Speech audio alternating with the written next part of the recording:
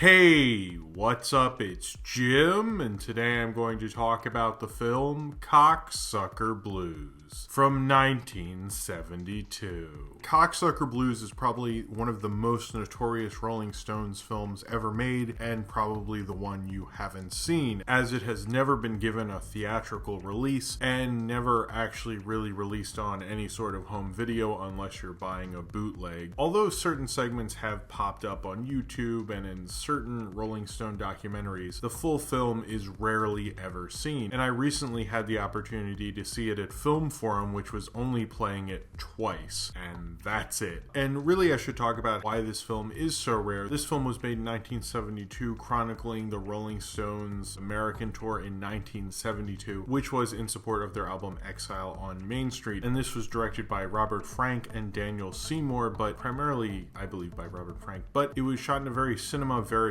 style, where he would leave loaded cameras all over the place for groupies and roadies and anyone who would want to pick them up and start shooting. And so, as the Rolling Stones American Tour 1972 was one of the most notorious and debaucherous in rock and roll history, and is considered an absolute high point for the Rolling Stones, as Exile on Main Street is widely considered to be one of, if not their greatest album. I'm not sure about that. I go between Aftermath and Exile and Beggar's Bank. But anyway, you can't have a list of the greatest Rolling Stones albums without Exile on Main Street, as this was covering one of their more debaucherous times and their first trip back to America since the infamous incident at Altamont. They really wanted a really good documentary, and they thought, as they were a fan of Robert Frank's photography, which they also used on the cover of Exile on Main Street, they thought that this would give them kind of more gravitas and make them look like true rock stars. And instead, he filmed them doing things like Mick Jagger snorting cocaine, Mick Taylor smoking weed, a crazy kind of wrestling match between naked girls and roadies as the Rolling Stones played percussion instruments, Keith Richards obviously being strung out on heroin, and even one of the Rolling Stones' penis, so we're not sure whose penis, but it was someone's penis, but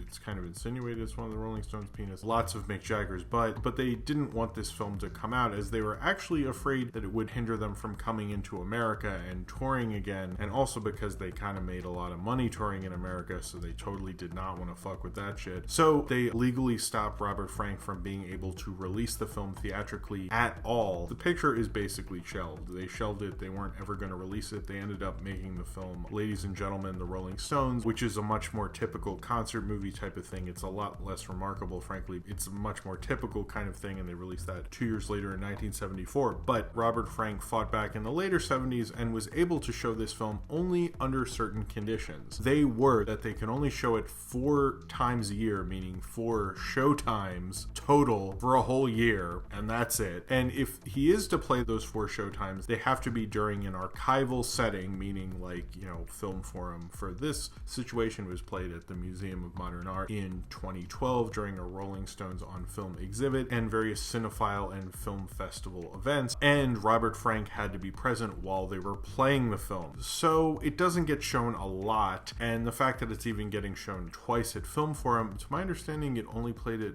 MoMA once, but I couldn't find a ton of info on that. But it just doesn't play very often, and it plays even less in theaters. I'm sure more people have seen it on bootleg, so it was quite a treat. And you're probably wondering, does this live up to all the hype? There's various notorious rumors about this film. There's all sorts of crazy shit that people say happens in this film that actually doesn't. The things I listed before do happen, and the things that are listed on Wikipedia pages and reviews I have noticed, or the ones at least that I read before I shot this review, to me seem to be accurate. But this is an interesting film because it not only gets how amazing and awesome it is to be a rock star, it gets how boring and how you never actually want to be a rock star. And that's kind of taking a Jim Jarmusch quote about Cocksucker Blues, but that's really what it is. You're getting this unfiltered view of what it's like on one of rock and roll's most notorious tours of all time. In fact, the tour that most of hair metal 10 to 15 years later would try to replicate and never really could. This is what every rock and roll band is trying to do, and especially because the Rolling Stones were at probably one of the heights of both their fame fame and creatively as well. This is their first tour, not only after Altamont, but after the Beatles broke up, and that was a big deal. Like, the Rolling Stones had kind of come to be like the biggest rock and roll band in rock and roll after that point, and so there was really nothing stopping them. This film, as much as it shows rock and roll more as a job and less glamorous, you know, I haven't seen a portrait of a rock band that makes it look more mundane and boring, because they can't really go outside. You see, anytime they're with reporters or they're backstage with the show, people just start showing up. Celebrities like Andy Warhol and Truman Capote just show up, and they look kind of just like opportunists, frankly. And the only celebrity who looks like their friend is either Stevie Wonder, who is opening for them, who does a few songs. Most of this film is in black and white, but some of the performances in selected sections are in color. It kind of switches between the two, which I kind of like, to be honest. The black and white is a little more romantic, but switching between the two gave the film a certain variety. But when they talk to Tina Turner, it feels like, who just show up. Any celebrity in this film just kind of shows up. You never are sure when that's going to happen. Dick Cavett in this film as well. You both see him backstage and when he's interviewing him for the show, but you get the impression that any place they are, they're going to get hounded by 1.5 million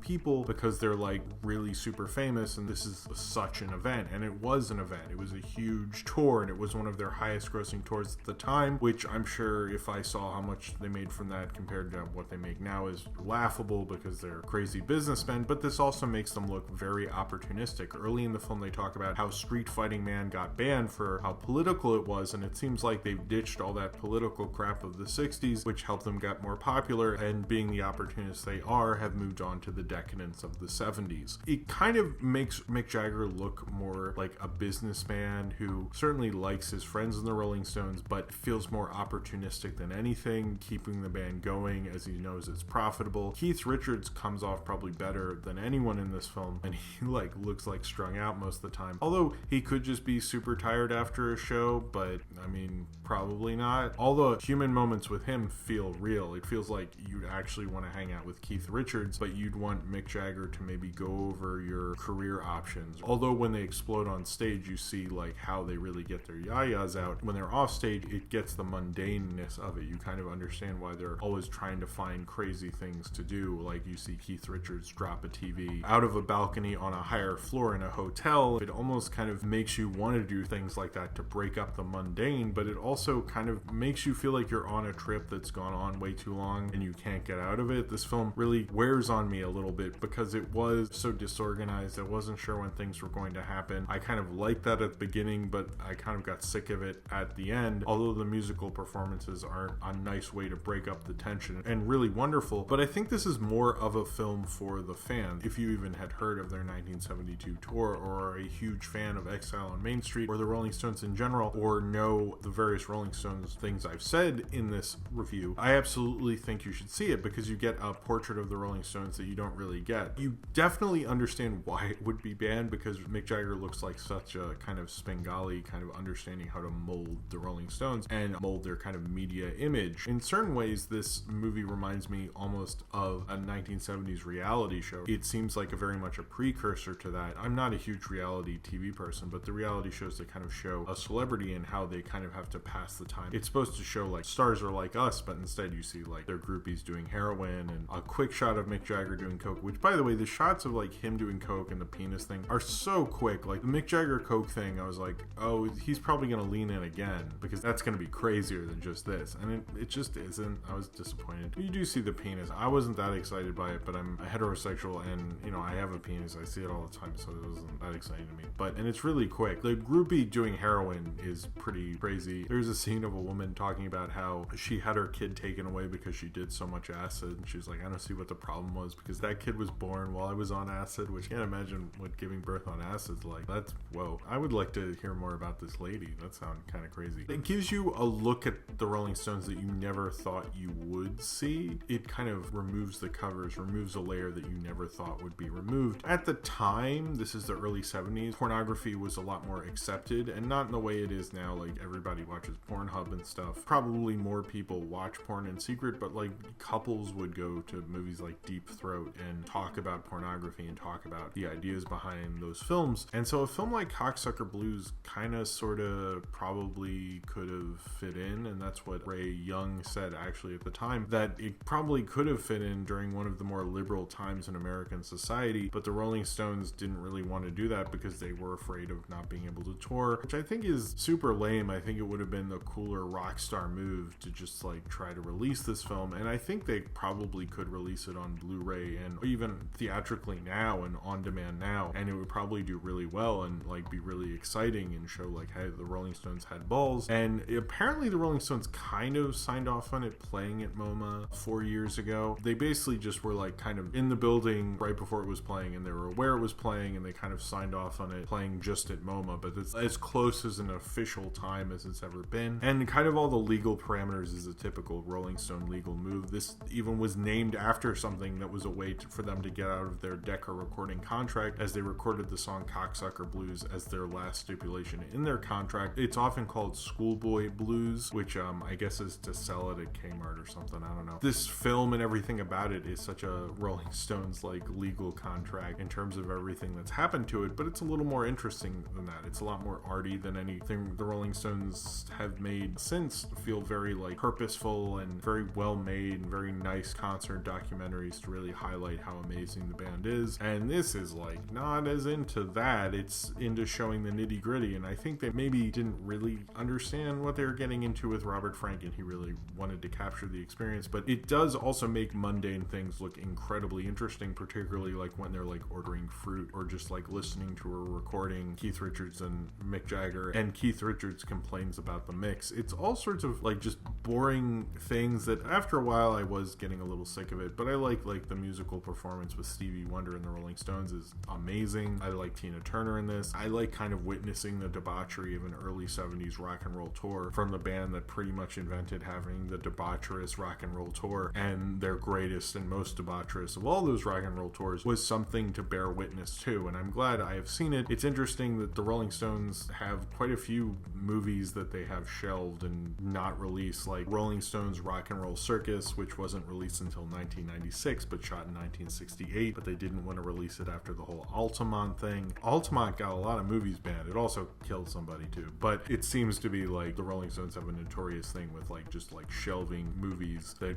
weren't giving them the reputation they needed at the time. This one I don't think will ever come out, but it's a shame that they don't, because I think it's a more interesting movie from a band at their creative height. And sure, like Ladies and Gentlemen, the Rolling Stones is kind of the film that most people probably like, and I'm sure if you're not really into art movies, you probably wouldn't be into this, and there's such a small, minute audience for this, but for everyone who is really into that tour, I think it's just worth a watch, and it's an interesting watch to see an odd filmmaking experiment gone awry that didn't actually end up working out, at least for the people that commissioned it. And it ended up going through the bootleg circuit quite frequently. I think it kind of works in that because it does feel like you're seeing something you shouldn't be seeing, or you have access to something that you never thought that you would have access to, but that's the thrill of it, and that's what works so well about it. It makes the mundane seem interesting, but then it actually makes it mundane as well. It's like starting a new job or going on a trip, and after a while you just kind of want to go home, and it doesn't really matter to you how cool the Rolling Stones tour was. And I think if Robert Frank could do that in one of the most interesting tours of rock and roll history, I think that's an accomplishment in itself, and makes this film a worthy watch for anyone who's a fan of the Rolling Stones.